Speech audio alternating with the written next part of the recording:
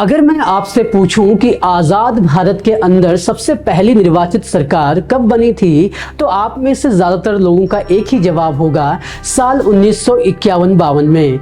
इस इलेक्शन को जीतकर कांग्रेस ने जवाहरलाल नेहरू को देश का प्रथम प्रधानमंत्री बनाया। अगर आपका भी यही जवाब है तो यहाँ पर आप गलत हैं।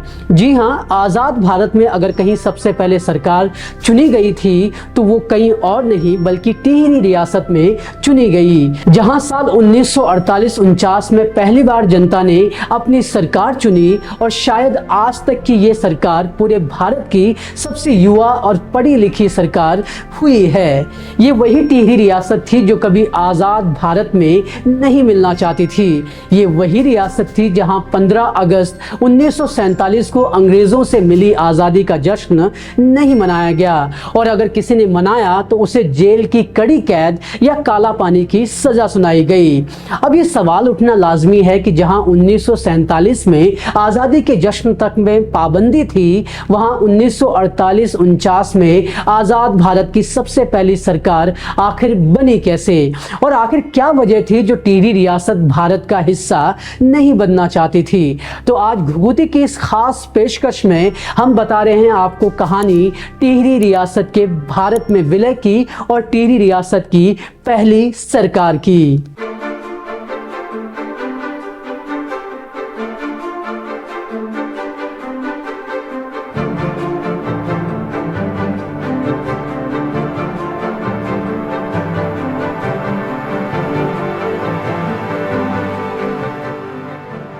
टिहरी रियासत के भारत में विलय होने की बात जानने से पहले हम थोड़ा टिहरी के इतिहास पर एक नजर डाल लेते हैं।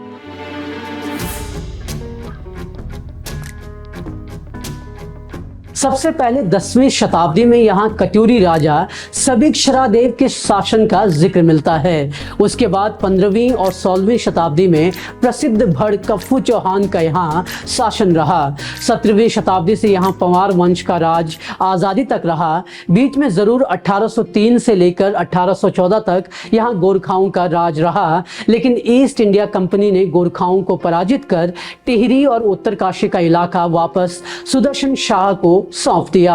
1815 से 1949 तक टिहरी रियासत अपने बुलांदा बद्रीनाथ यानी राजा के अधीन रही। टिहरी रियासत में सुदर्शन शाह की सीमित संसाधन क्षमता को देख अंग्रेजों ने पहले रवाई के इलाके को कंट्रोल कर अपने पास में ही रखा था, लेकिन 1824 में रवाई को भी टिहरी रियासत में शामिल कर दिया गया। टिहरी रियासत में कई राजा ऐसे भी रहे जिन्होंने जनता के हित के लिए कई काम किए, लेकिन सभी राजाओं का झुकाव अंग्रेजों की तरफ ही रहा, और इसी झुकाव के चलते कई बार राजा अपनी प्रजा पर इस तरह के जुल्म करते थे जो कई बार उनके आत्मसम्मान को ठेस पहुंचाते थे।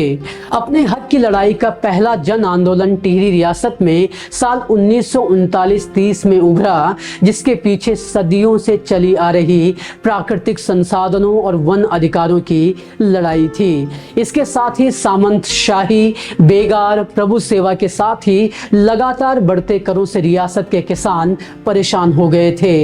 इस आंदोलन में पकड़े गए लोगों को तानाशाह राजा ने दंड के रूप में काले पानी की सजा सुनाई, फिर भी लोग आंदोलन करते रहे। 20 मई 1930 को एसडीएम सुरेंद्र दत्त शर्मा और डीएफओ पद्मदत्त रतूड़ी ने जनता पर गोली चला दी। अनेक किसान इस गोलीबारी में मारे गए। टिहरी रियासत के जुल्म की इंतहा तब हुई जब 30 मई 1941 को रवाई के तिलाड़ी मैदान में आंदोलनकारियों पर गोलियां चलाई गईं। टिहरी नरेश नरेंद्र शाह के दीवान थे चक्रधर जुयाल, जिसने ये जघन्य गोलीकांड करवाया था। जुयाल ने टिहरी से बाहर के वकीलों को मुकदमा लड़ने का अधिकार भी नहीं दिया। कई आंदोलनकारियों को कठोर कारावास और काला पानी की सजा दी गई। बंदी बनाए गए 15 लोगों की मौत तो जेल में ही हो गई थी, जिनके शवों को यमुना नदी में बहा दिया गया। इन खबरों को छापने वाले गढ़वाली पत्र के संपादक विश्वंबर चंदोला को भी झूठी खबर के जुर्म में साल भर की कड़ी कैद की सजा दे दी गई। रवाई आंदोलन, वन अधिकारों के संघर्ष के साथ रियासत की दमनकारी नीति का विरोध भी था। 1935 में ही सत्य प्रसाद रतूड़ी ने सकलाना पट्टी के उनियाल गांव में बाल सभा की स्थापना की। इसका मकसद विद्यार्थियों में राष्ट्रीयता की भावना भरना था। 1936 में दिल्ली में गणदेश सेवा संघ बना, जिसका लक्ष्य था रियासत की जनता के बीच जाकर उनके हित के लिए काम करना। 20 मई 1938 को दिल्ली में ही पर्वतीय सम्मेलन हुआ, जिसमें पंडित बद्रीदत्त पांडे और श्रीदेव सुमन शामिल हुए। 5 और 6 मई 1938 को श्रीनगर में श्रीदेव सुमन ने टिहरी रियासत की जनता के कष्टों और इनके समाधान के लिए प्रस्ताव पारित किए। इसकी अध्यक्षता पंडित नेहरू ने की थी। दमन और उत्पीड़न देश की सारी रियासतों में था। पर्वतीय प्रदेश की 63 रियासतों में हिमाचल प्रदेश की धानी रियासत भी शामिल थी। यहाँ हो रहे अन्याय और मनमानी का विरोध स्थानीय जनता ने किया और प्रजामंडल के नेतृत्व में जनता ने अपने अधिकार मांगे। इस आंदोलन को कुचलने के लिए 1940 में रियासतों ने गोलीकांड करवाया था। गोलीकांड की जांच के लिए पंडित नेहरू ने जांच कमेटी बनवाई, जिसके अध्यक्ष पंजाब के भाई परमानंद और मंत्री श्रीदेव सुमन रहे। इस जांच कमेटी ने रियासतों के नरेशों को गोलीकांड का दोषी पाया। इनमें टिहरी रियासत भी शामिल थी। 19 मार्च 1941 को टिहरी राज्य के अंदर प्रजामंडल गठित करने का निर्णय लिया गया। श्रीदेव सुमन और शंकर दत्त ढोभाल ने यह दायित्व संभाला, जिसे देख रियासत ने उनके पीछे जासूस और पुलिस लगा दी और इस तरह 9 मार्च 1941 को टिहरी के पास श्रीदेव सुमन को उनकी ससुराल पडियार गांव में हिरासत में ले लिया गया। श्रीदेव सुमन का बहुत बड़ा योगदान रहा है टिहरी को आज़ाद करने में और वो लगातार 2 लड़ाई लड़ रहे थे, एक टिहरी रियासत के खिलाफ तो दूसरी अंग्रेज़ों के खिलाफ। उन्हें भारत छोड़ो आंदोलन में शामिल रहने के लिए 29 अगस्त 1942 को देवप्रयाग में फिर गिरफ्तार कर हवालात में डाल दिया गया। 6 सितंबर 1942 को उन्हें ब्रिटिश पुलिस के हवाले कर पहले देहरादून फिर आगरा जेल में रख दिया गया। 18 दिसंबर 1943 को जेल से छूटकर वो अपने गांव जौल गए और एक हफ्ते बाद ही टिहरी की ओर रवाना हो गए। उनका प्रमुख लक्ष्य जनता को एकजुट कर रियासत की ज्यादतियों के खिलाफ एक करना था, लेकिन टिहरी की पुलिस ने उन्हें चंबा में रोक दिया। जब वो टिहरी की ओर जाने लगे तो पुलिस ने उन्हें पीटा और फिर उन्हें रस्सी से बांध टिहरी जेल ले जाया गया। जेल में भी उनका अनशन जारी रहा। बताया जाता है कि उनके दोनों पैरों में 35 शेर की बेड़ियां थी, जिनमें लोहे के मोटे डंडे पड़े हुए थे। जेल में श्रीदेव सुमन ने 84 दिन तक भूख हड़ताल की। उनकी बिगड़ी हालत देखते हुए उन्हें इंजेक्शन लगाया गया, जिसके लगने से उनका निधन हो गया। श्रीदेव सुमन करीब 209 दिन जेल में यातनाओं से जूझते रहे और 25 जुलाई 1944 को श्रीदेव सुमन शहीद हो गए। उनकी मृत्यु की खबर चारों ओर फैल गई, जिसने टिहरी के लोगों के अंदर आज़ादी की अलख जगाई।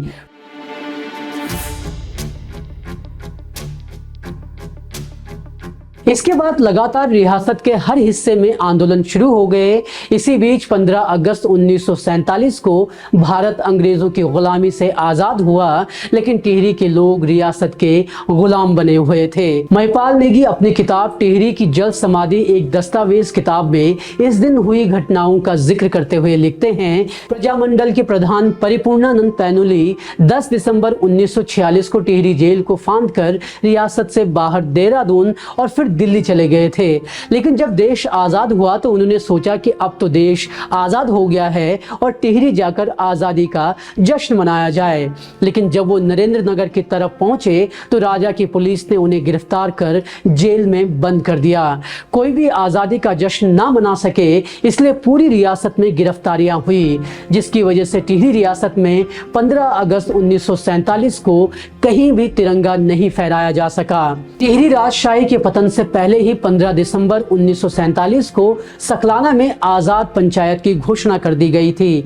तब आज़ाद पंचायत के सरपंच रामचंद्र उनियाल ने कहा था, हिंदुस्तान तो 15 अगस्त को आज़ाद हो चुका है, परंतु टिहरी की 5 लाख की आबादी अभी भी क्रूर सामंतशाही का दमन झेल रही है। आज़ादी हासिल करने को जितने कष्ट सहे, उससे ज़्यादा मुश्किल आज़ादी को बनाए रखना और उसे आगे बढ़ाए रखना होता है, क्योंकि हमारे विरोधी विरोधी हर तरीके से हमारी आज़ादी छीनने की कोशिश करेंगे। सकलाना की आज़ादी के बाद आज़ाद पंचायत उद्घोषणाओं का क्रम थमने का नाम नहीं ले रहा था। देवप्रयाग और कीर्तिनगर की पुलिस चौकी और कार्यालयों पर जनता ने कब्जा कर लिया था। बड़ियारगढ़ में भी आज़ाद पंचायत की घोषणा हो चुकी थी। वहां टिहरी पर कब्जा करने के लिए प्रजामंडल ने सत्याग्रहियों की भर्ती शुरू कर दी। आज़ाद कीर्तिनगर में डांग चौरा से दादा दौलत राम के नेतृत्व में कोर्ट परिसर में किसान और ग्रामीण आंदोलनकारी पहुंचे थे। यहाँ पर महाराजा के अधिकारियों की गोली से नागेंद्र दत्त सकलानी और मोलू भरदारी शहीद हो गए। महाराजा के अधिकारी इन शहादतों के बाद भी कोशिश कर रहे थे कि ये विद्रोह सिर्फ कीर्तिनगर तक सिमट जाए, लेकिन घटनास्थल पर मौजूद प्रजामंडल और साम्यवादी विचारधारा के नेताओं ने तय किया कि वे 11 जनवरी को शहीदों के शव लेकर खास पट्टी होते हुए टिहरी के लिए कूच करेंगे। इसके बाद भागीरथी और भिलंगना के संगम पर अंतिम संस्कार किया जाएगा। उनका ये फैसला टिहरी राजशाही के ताबूत पर अंतिम कील साबित हुआ। जन क्रांति के बीच नरेंद्र नगर से महाराजा नरेंद्र शाह ने टिहरी नगर में घुसने का प्रयास भी किया, लेकिन अडिग वीरेंद्र दत्त सकलानी एडवोकेट, जो तब तक आज़ाद टिहरी पंचायत के प्रमुख घोषित हो चुके थे, उन्होंने अपने साथियों के साथ उनके इस प्रयास को विफल कर दिया। सकलानी ने टिहरी को डूबने से बचाने के लिए टिहरी बांध विरोधी संघर्ष समिति का भी वर्षों तक नेतृत्व किया। 14 जनवरी को सकलानी के नेतृत्व में टिहरी प्रजामंडल ने शासन संभाला। टिहरी में शहीदों के शव पहुंचने तक जगह जगह से सत्याग्रहियों की भीड़ भी वहां पहुंच चुकी थी। हजारों टिहरी वासियों की मौजूदगी में उनका अंतिम संस्कार कर दिया गया।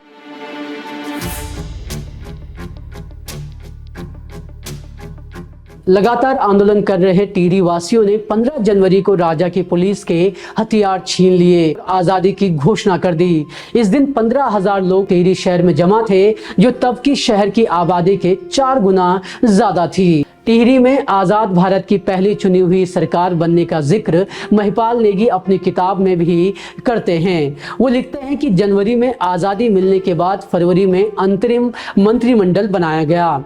भारत सरकार ने ज्योति प्रसाद माथुर को टिहरी गढ़वाल का मुख्यमंत्री बनाकर टिहरी भेजा। 4 मंत्री टिहरी प्रजामंडल के बनाए गए। ये मंत्री थे प्रोफेसर आनंद शरण रतूड़ी, जिन्हें वित्त मंत्री बनाया गया, डॉक्टर कुशलानंद गैरोला, जिन्हें स्वास्थ्य मंत्री बनाया गया, खुशहाल सिंह रांगड़, जिन्हें सार्वजनिक निर्माण मंत्री बनाया गया, और ठाकुर कृष्ण सिंह को शिक्षा, न्याय, वन और राजस्व मंत्री बनाया गया। भारत के इतिहास की यह अब तक की सबसे युवा और शिक्षित सरकार रही है। इस सरकार में मुख्यमंत्री सहित 5 मंत्री भी थे। इसमें 4 उच्च शिक्षित और 1 इंटरमीडिएट तक पढ़े हुए व्यक्ति शामिल थे। ये बात साल 1948 की है। मुख्यमंत्री को छोड़कर बाकी मंत्रियों की औसतन उम्र 36 साल थी। टिहरी यही नहीं रुकी। अगस्त 1948 में यहाँ विधानसभा चुनाव भी कराए गए। स्वतंत्र भारत के ये पहले आम चुनाव थे। मताधिकार के आधार पर टिहरी राज्य की विधानसभा बनी। 31 सदस्यों की विधानसभा में 24 सदस्य प्रजामंडल के थे। यहाँ तक कि राजा का समर्थन करने वाले 5 और 2 निर्दलीय विधायक भी चुने गए। नरेंद्र नगर में विधानसभा भवन बनाया गया। पुरुषोत्तम दत्त रतूड़ी विधानसभा के अध्यक्ष बने। तब मात्र 21 साल के सुंदरलाल बहुगुणा प्रजामंडल के टिकट पर चुनाव लड़े, हालांकि वो हार गए। इस चुनाव के साथ ही टिहरी सरकार ने पहला बजट भी पेश किया। टिहरी सरकार का कुल बजट 71,93,526 रुपए का था, जिसकी कुल लागत 67,83,671 रुपए थी। इस कुल बजट का 40 लाख रुपए वनों से आया था और 31,93,526 रुपए अन्य स्रोतों से आया था।